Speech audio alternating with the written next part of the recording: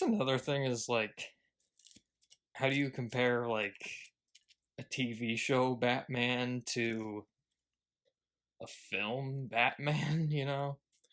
Yeah, I think part of the reason why I tend to believe that the animated show had better depictions is not just because I grew up with it, even though that's a big part of it, but also because the show gave them more time to flesh out the characters than like a 2 to 3 hour movie would. That show I think is the best Two Face actually.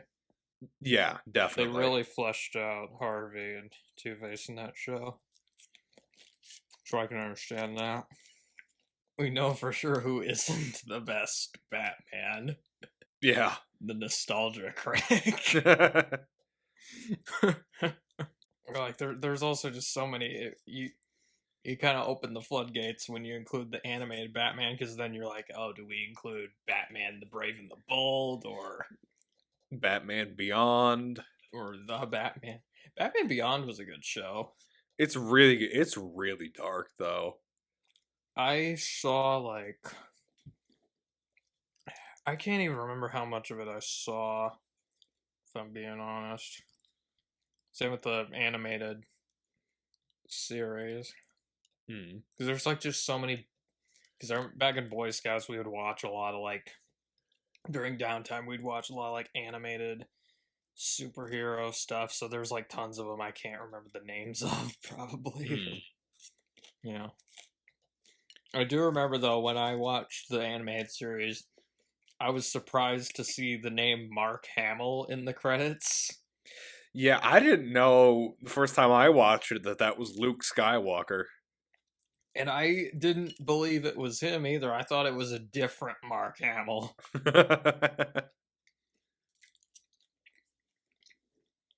It's honestly kind of unbelievable. Yeah, his range is very impressive. Because I never once watched a Star Wars movie and then saw the Joker. Yeah. Then again, it's kind of the same with like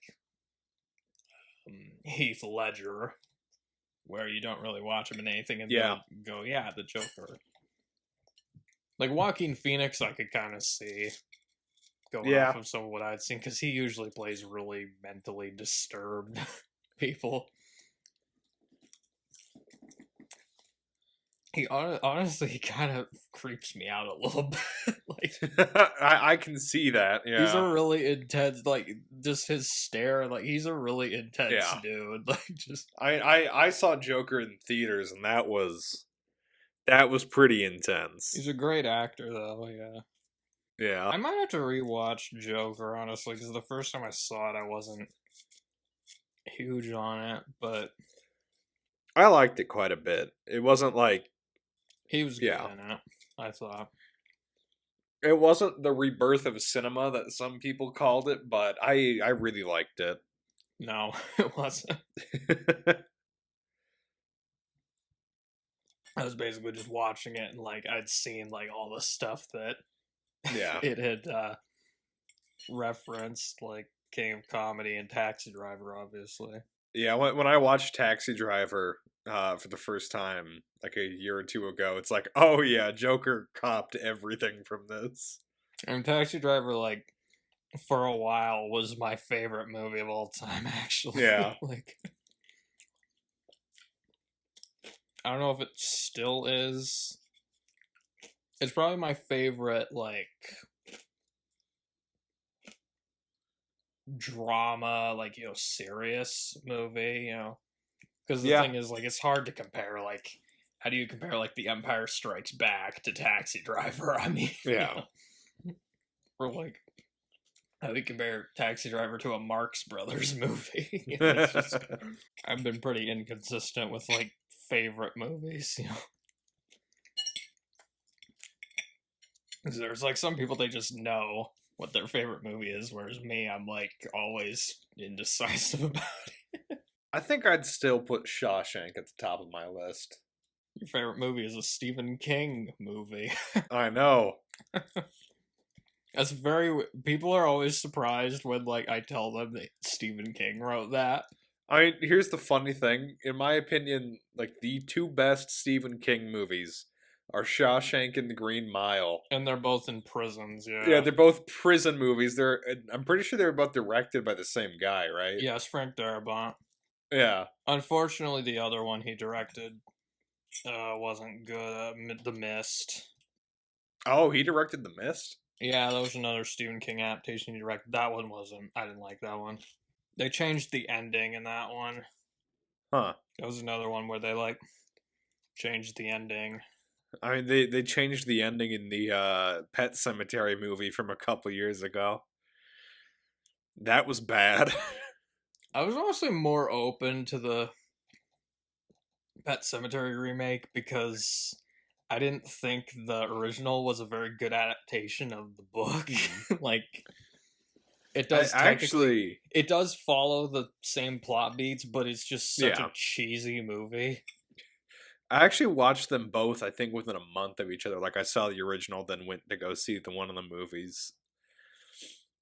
I don't know if it was worth it either time.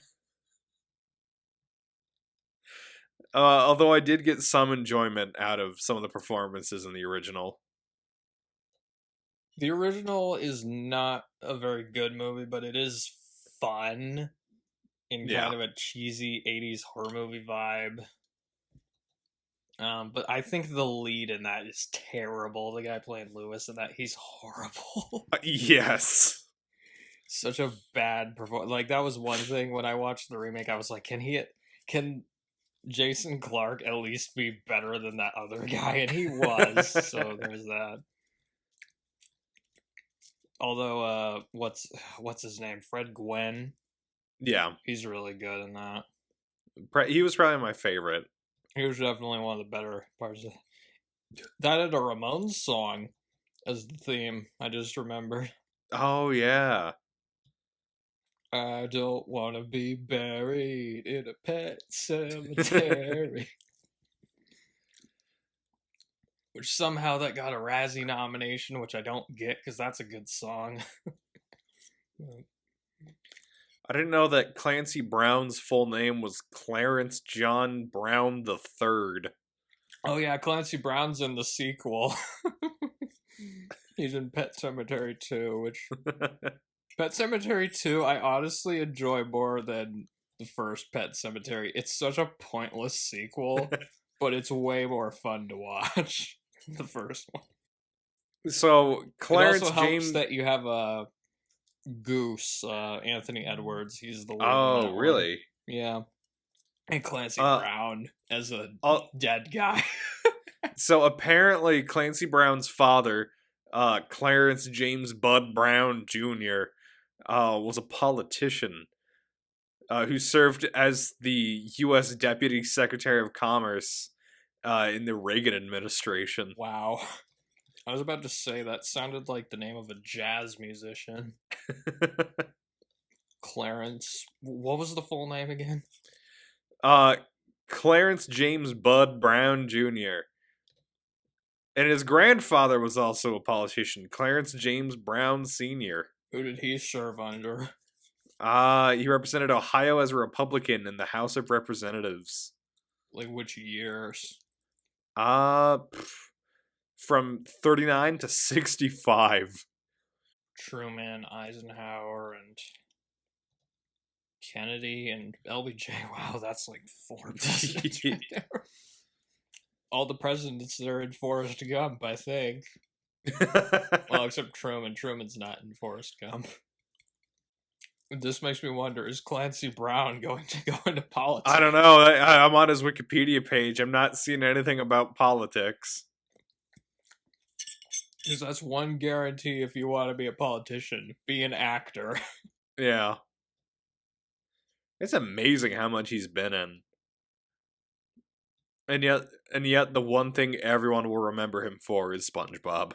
SpongeBob, yeah, Mr. Krabs.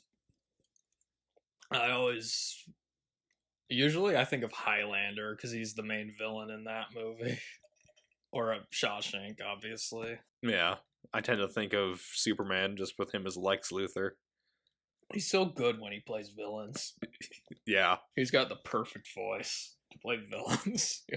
Which is why it's so funny that he plays Mr. Krabs. It's so funny watching Highlander and then going, this like crazy dude who's cutting people's heads off. He played Mr. Krabs later on. There's this game he's in called Detroit Become Human, and like he just like constantly yelling out curse words, and it sounds exactly like Mr. Krabs. It is so funny. I saw a video. Oh, it might include clips from that game now that I think about it, but for those who want Sailor Mouth to be a reality, there you go. Oh yeah, I've seen this one before. Yeah, it's so funny. Especially just Jory hearing SpongeBob cursing and Plankton. But yeah.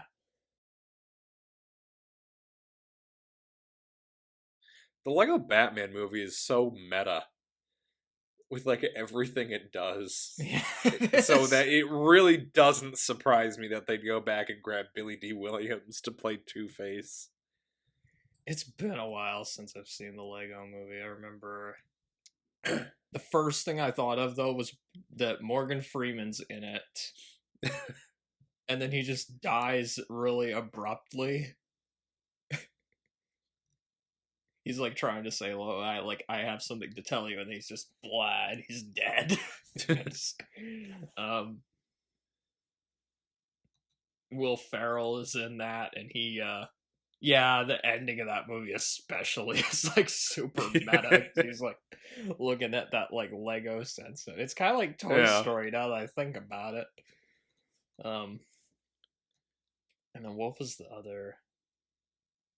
There's like there's so many Lego movies. I don't even remember what they all. The Lego Batman movie, yeah, which I have seen actually, and I was curious like how many Batman references they reference like every Batman. I know. Well, not even just that. They reference every franchise that like Warner Brothers owns at the end of that movie.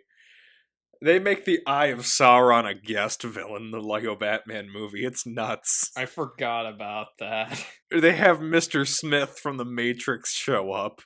Mr. Smith? Yeah. I find it funny that Hugo Weaving's two most famous roles are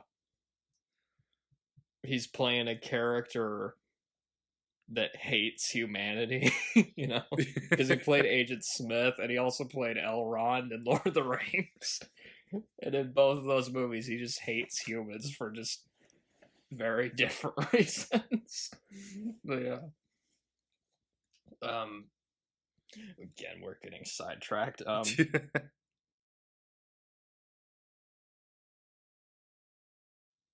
I'll admit I don't really know anything about Deathstroke. I don't know if you do, but I don't know a whole lot. I know that he was like the main villain for like the Teen Titans show.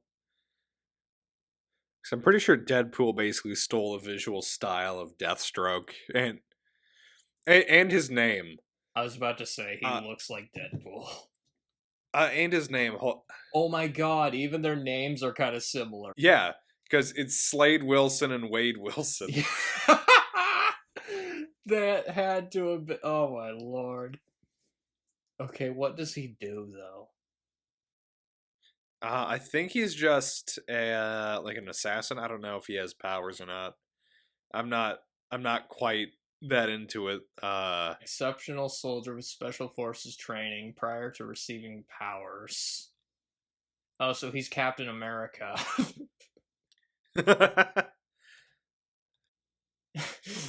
What? Okay. Deathstroke was also originally stated to be able to use 90% of his brain. Nice. Giving him heightened mental capabilities, which that whole... we only use so much percent of our brain in it. That's bullshit. That's just not true. This ability was later removed. Okay. He's considered a master tactician and strategist, rivaling Batman. Psychological warfare. Okay, we get it. I don't hear much about this guy, so it's kind of, Because I think I know like most of the Batman villains, and then I hear about this guy, and I'm like, okay, that's new. um,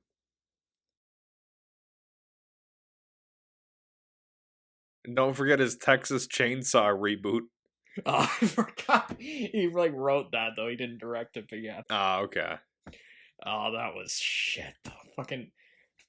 Because the thing I wanted to see was fucking Leatherface ending up on TikTok. God, what a stupid movie. And that's not even the worst Texas Chainsaw Massacre sequel either. Which, wait a minute, that's another one of those sequels that's just the title of. Oh my god. Yep. They didn't. Yep. Fuck that movie.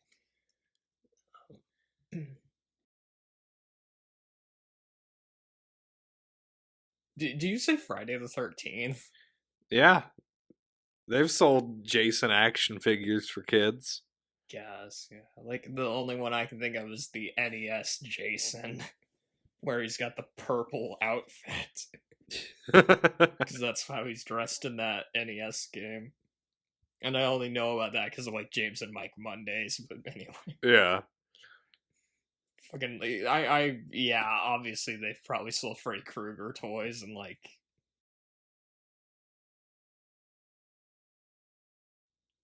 What the fuck? Okay, he's in some movie called The Young Ones. Look at this poster. Look at that poster. What is that? What is that poster? I'm thinking of like several different sci-fi movies looking at that poster. And Michael Shannon's in that movie, apparently. He's in Jack the Giant Slayer. He played Jack. Huh. He was he was in some of the X-Men movies. That's probably why that's how he got big, I guess. What the fuck was that? I guess I'm thinking of somebody else weird. He was in Warm Bodies. Is that zombie romance movie? Yeah, it is a stupid movie. So yeah, I'm not really. Oh, he was considered to play Batman. So let's see. This guy is Batman. Huh? That would have been. You know, his range of roles is so incredibly varied. Who knows? It could have been good. I mean, I've not really seen him in anything where I've went, oh yeah, Batman. Wait a second. He was in a movie called Rebel in the Rye where he played J.D. Salinger. Oh. So he played both J.D. Salinger and J.R.R. Tolkien.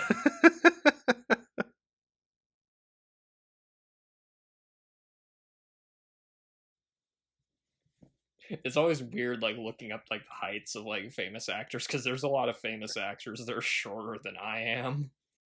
Like Tom Cruise. Sylvester Stallone's apparently shorter than me. Really? Oh, Stallone's only 5'10".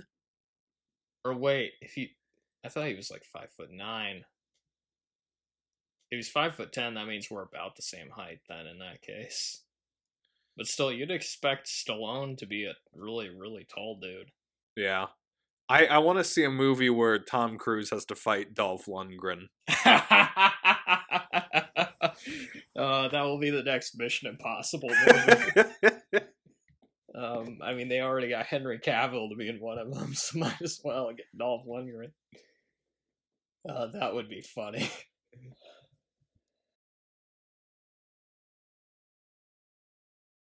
I'm trying to think, if he was gonna play a Batman villain,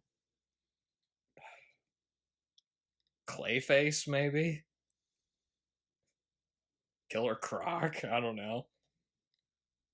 Fucking... He would be like the toy maker or somebody.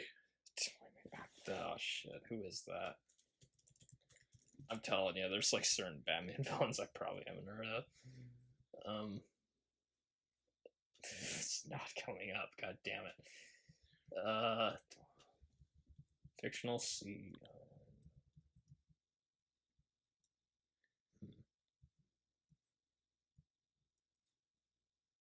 Oh, it's because he was created specifically for a show. Okay, that's Yeah. He was played by Patton Oswalt. That's interesting. I'm actually reading one of his books right now. Believe it or not. Oh, really? That's a coincidence right there.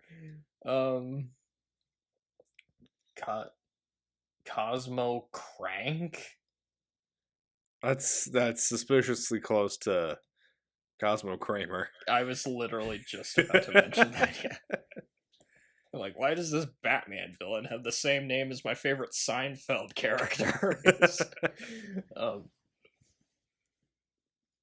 He like uses toys to. Okay, that's actually kind of fun. I'd be curious to see that in a movie now. I'm just waiting for a Batman movie where we get the Condiment King as a villain. The what? The Condiment King. That sounds like a parody of a. He like literally uses like condiments to attack people. Yes. What the fuck? What show was that from? He was in the Batman animated series? Are you serious? Yeah. He's also in comics. That design is hilarious. That's so funny. He's got like, is that supposed to be like a pickle on his head? What the Yeah. God, that's so funny. Because from what I remember of the episode he's in, someone like brainwashes a bunch of comedians into becoming super villains, and one of them turns into the Condiment King. What? Gosh. Let's see. Writer-director Matt Reeves was listening to Nirvana when he wrote the first act of Pattinson in mind. Reeves stated, "That's when it came to me that, rather than make Bruce Wayne the playboy version we've seen before, there's another version who had gone through a great tragedy and became a recluse." Kurt Cobain had a relationship with fame where being famous was not his goal. And it made me think of Rob Pattinson, it's kind of a long quote. I'm going through it a little. I felt that the rock star vibe suited him well. After all, he became a pop culture icon at a very young age and had to carry that burden too. Okay, yeah. Kurt Cobain is Batman, apparently. Basically, yeah. I always felt like Smells Like Teen Spirit. Whenever I listened to that, you know what I always thought? I always thought, this sounds like Batman. I don't know about you, but that's just what I thought. Yeah. I mean, it might as well. The lyrics to that song don't make any sense. To the point where Weird Al's parody of it was like literally about how people don't know what the song's about. And I don't know what I'm singing. Yeah. Okay.